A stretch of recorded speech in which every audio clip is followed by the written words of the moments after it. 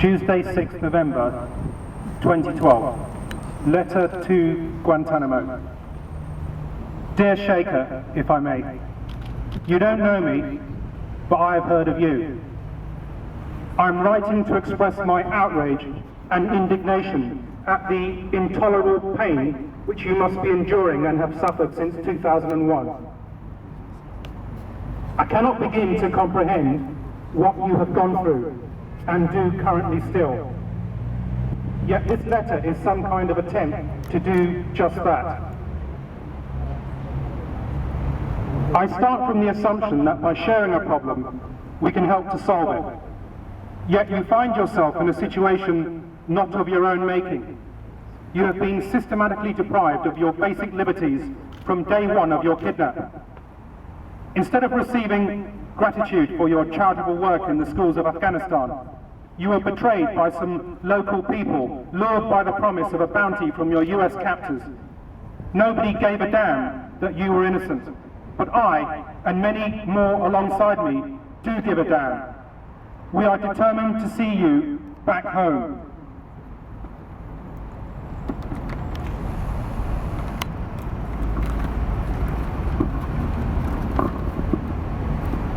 You have not seen your family since 2001, but were instead subjected to unspeakable torture and eventually taken to Guantánamo, where the violation of your fundamental rights continued on a daily basis.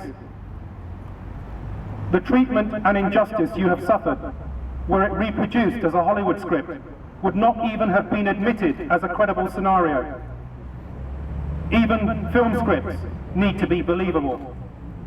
And when I once discussed the injustice of Guantánamo with a group of sixth formers, do you know what their reaction was? That's impossible. Why would the US and their president do such a thing? Why would the American people allow such a thing? I did not leave without disabusing them of their state of unbelief, but their incredulity still remained.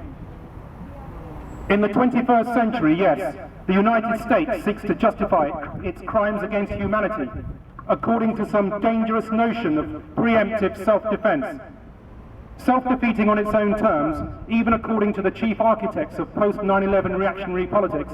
Rumsfeld and others claimed that their policies were making the likelihood of attacks on their country not less, but more likely.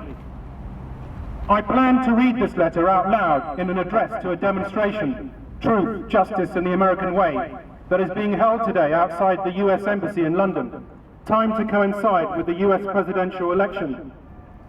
Yesterday, I heard candidate Obama boast to the masses, "I say what I mean and I mean what I say." Yet what of his pledge to close Guantánamo by January 2010? What of your own fate as one of the 89 out of 171 detainees who has been cleared for release? Why does Obama have such a contorted relationship to the truth? Why can't we read Obama's lips, except only when it suits him? Last week, I attended a campaign meeting in the House of Commons, held to discuss your situation and how we might all best proceed. In spite of the buck passing that seems to be the norm amongst the senior diplomats either side of the so-called special relationship, there were many impassioned speeches from lawyers and ordinary folk. No offence to lawyers meant. And one of the suggested actions was to write personalised letters to our MPs. I have decided to write to you directly. I do not know whether my words will be redacted in part, or which parts by some administrator or soldier. Dear censor, think again. I do not know how it will come about that you see my words, or in what form, but I do know that I want to try. I do know that my predicament is as nothing compared to yours. I do know that throughout human history, in the words of Edmund Burke, all that is necessary for evil to triumph is for good men or women to do nothing.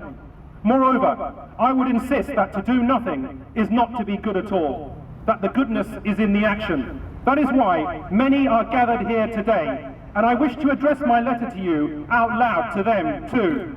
I feel that in my heart and in my bones, that if somebody is sending you positive thoughts, that you will know it. Even if you are not sure of it at the time, I want you to be sure of it when this letter reaches you. I want you not to despair at the injustice of not seeing your family for 10 years, one of whom you have never seen. I can only imagine the pain of being deprived of one's loved ones in this way. Mozambique described it in his letter from Guantánamo. Yet, in my letter to Guantánamo, I want you even to reconsider your hunger strike. Last week, Clive Stafford Smith described this as your way of regaining a sense of self. Such was the solitary confinement and dehumanization you are suffering. The reason I dare to ask you to reconsider is that I know you will be released soon. I know that truth will meet injustice and be the active living thing that brings about change. You need to be physically intact for the sake of your family. Let you gain your sense of self through us.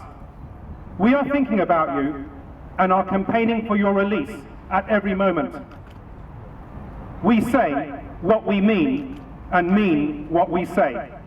Your brother, Shahrar. P.S. The address I was given for you carried a number against your name, but I have deliberately removed this.